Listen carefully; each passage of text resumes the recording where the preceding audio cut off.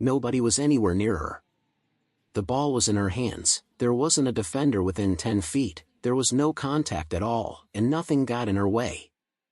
Then, out of nowhere, her knee simply gave out during a wide-open layup. Keep that moment in your mind because just 48 hours earlier, Angel Reese was standing in front of the cameras, emotional after a coach described her as a protected species. In less than 2 days, the conversation completely changed, going from claims of being unfairly targeted to becoming the center of online criticism. In this video, we'll break down everything that happened, from the elbow that started the controversy, to the backlash that followed, the coach who ended up being suspended, and finally the moment everyone is talking about. Some people are even calling it instant karma because this time, nobody had to touch her. What do you think about Angel Reese's actions throughout this situation? Let me know your thoughts in the comments below.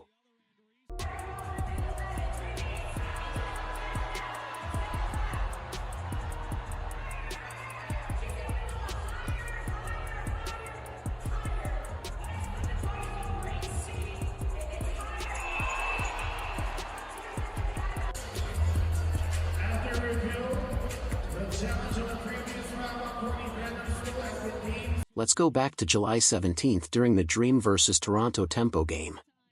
Angel Reese caught the ball in the paint with Niara Sabali defending her.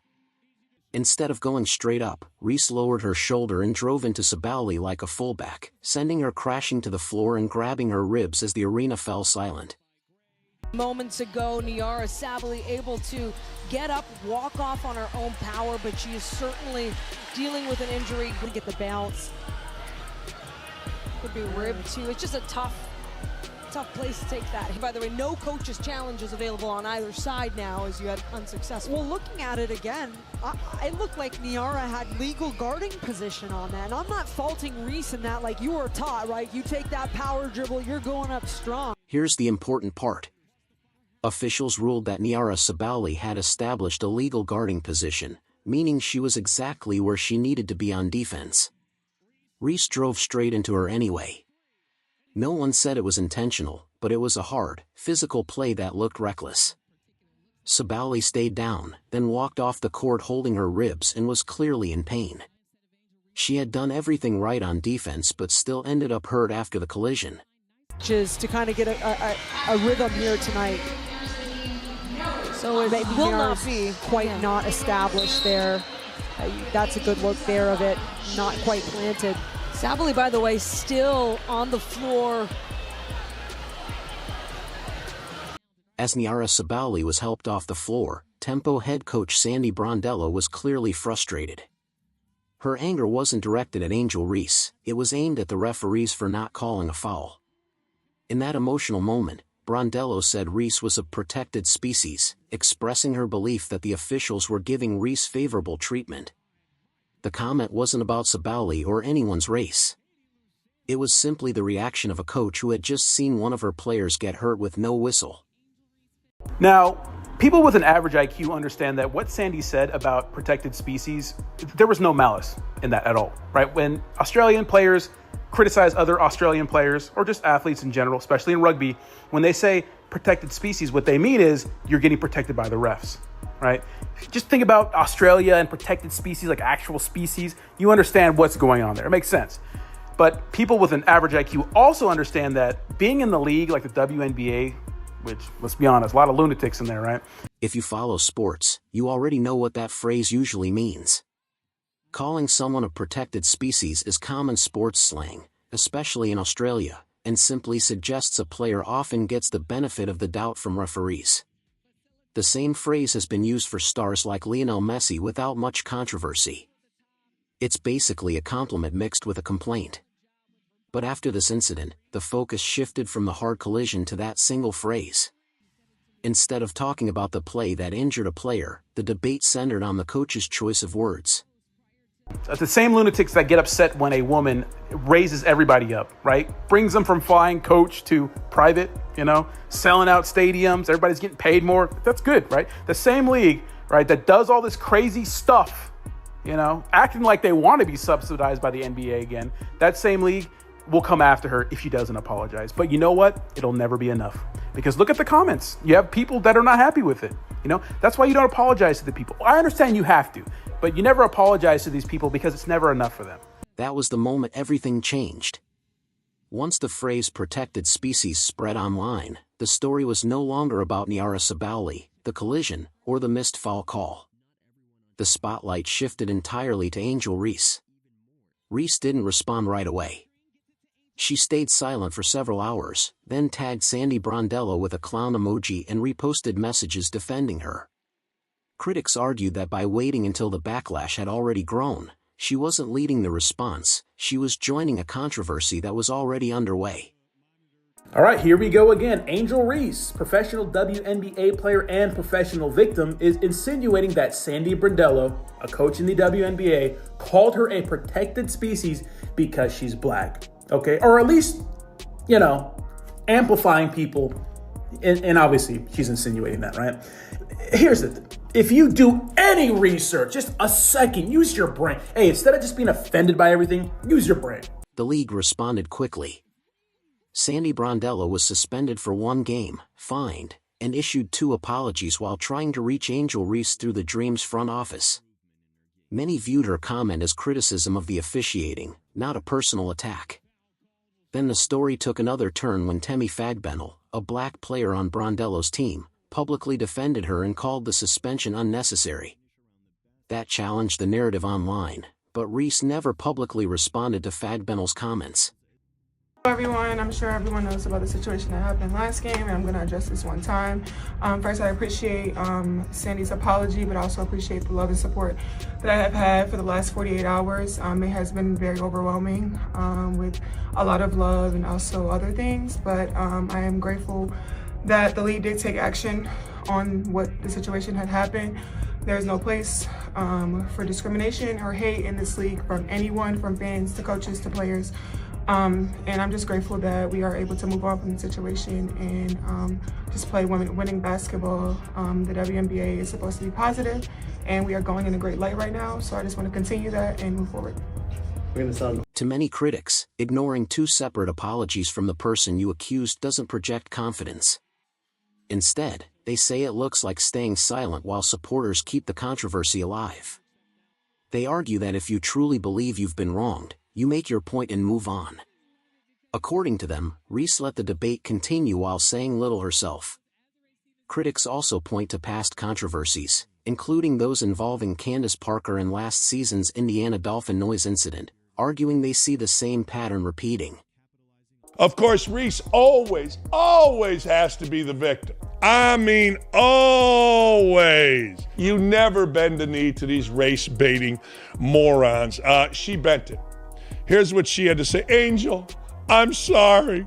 Last night in the emotion of the moment, after Naira's injury, I used a phrase that I shouldn't have used. Why? I'm reading the phrase to you. It's a figure. No. Calling a player protected species is common slang. It means the star player, dominant player gets preferential treatment or better calls. Why should you not have used that? I mean, are you really that sensitive? Is it really that deep? The answer is no. You just need attention. At a certain point, people start asking whether it's really just bad luck or if there's a pattern. After all, bad luck doesn't wait hours, watch the online reaction, and then decide to respond. But while the controversy continued, the WNBA's schedule moved on. Just 2 days later, Angel Reese was back on the court. This time, there wouldn't be a social media debate to take the spotlight away from what happened during the game. We know why she's doing this, but just remember, Sandy, that regular people, we understand that what you said, there was no malice. Then came July 19th, when the Dream faced the Chicago Sky. 2 days after the controversy, it was time to focus on basketball again. This time, it was just Angel Reese, the ball, and the basket. Reese finished with 8 points, 5 rebounds, and shot just 3-4-13 from the field. Those aren't the numbers expected from a player expected to make a major impact. It wasn't just a rough shooting night. Critics quickly turned the performance into the latest target for online jokes. We got rolling. What we got rolling? Angel Reese, mouse in the house. Oh, Over the easy. top. Easy. Bloopy. Ooh. Damn. Oh, super duper easy. Bloopy. Oh, damn. And it's not like these were heavily contested shots. Most were wide open looks, with defenders often nowhere near her. She caught the ball cleanly, had great positioning, and got the kind of chances any coach would want, but the shots just wouldn't fall. Some missed everything, others bounced off the rim, came up short, or went long. Critics even joked that maybe the rim had become a protected species too, saying the basket wasn't giving Reese any special treatment that night. Angel Reese couldn't hit an elephant in the butt with a snow shovel. Damn. Couldn't hit an elephant in the butt with a snow shovel. Jeez. And you got fools claiming she's an MVP candidate. Damn. But she got 2 rebounds on that shot, man. That's awesome. Those basketball rims in Chicago are another species to make shots in. Oh man. 2 bloopies in a row. Not surprised. Wow. Angel couldn't hit water if she jumped off a boat. Wow. Wow. Protected species. Oh wow. But the missed shots were only the beginning. Later in the game, Reese went up for a rebound with nobody near her. There was no contact, she simply lost her balance and fell. Then came the play everyone talked about. Reese had a wide open layup with no defender close to her, but as she went up, her knee suddenly gave out. There was no contact, her legs simply buckled. She couldn't finish the play or the game and headed straight to the locker room. Afterward, some critics joked that the WNBA might have to lower the difficulty to a kindergarten level for her next game. Point through the shot clock, at the logo, step back, sidestep, 3, left wing, good! Caitlin Clark, a Fever franchise record, 41 points, and the Fever lead by 3 with 38 seconds to go. Timeout, Seattle. Take a moment to think about the timing. Just 48 hours earlier, Angel Reese was at the center of a controversy over a coach using a common sports phrase that many understood as criticism of the officiating. Then, 2 days later, she found herself in a completely different situation. There was no defender, no contact, no referee, and no one else involved. On a wide-open layup, her own knee gave out before she could finish the play. Many critics pointed to the irony, saying the earlier debate was about words and officiating, while this moment came down to nothing more than an open lane, an empty basket, and a body that wouldn't cooperate. At the same time, while all of that was unfolding in Atlanta, another story was taking over in Indiana. Caitlin Clark faced Seattle and delivered a historic performance, finishing with 45 points and 10 assists. In doing so, she became the first player in WNBA history to record a 40-point, 10-assist double-double, setting a milestone the league had never seen before.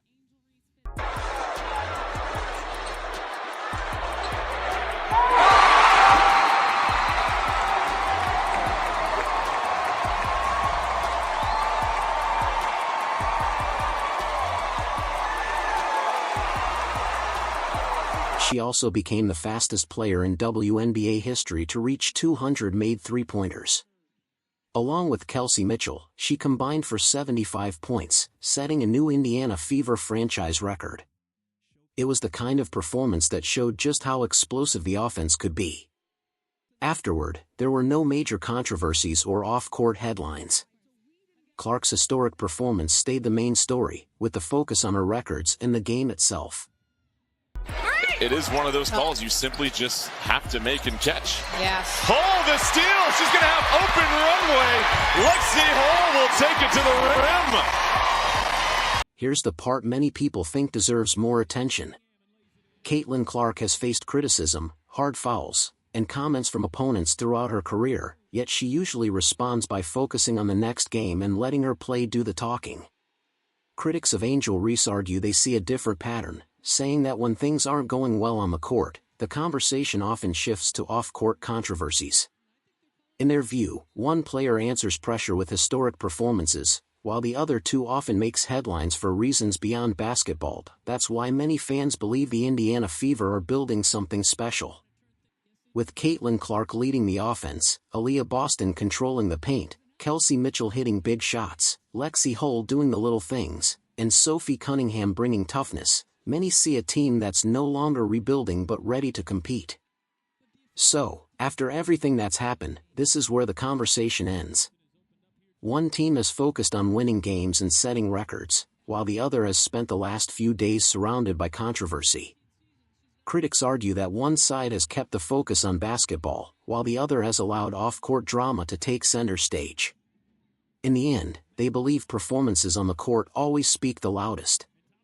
What do you think about Angel Reese's actions throughout this situation? Share your thoughts in the comments below. If you enjoyed the video, don't forget to like, subscribe, and turn on notifications for more updates. Thanks for watching, and we'll see you in the next video.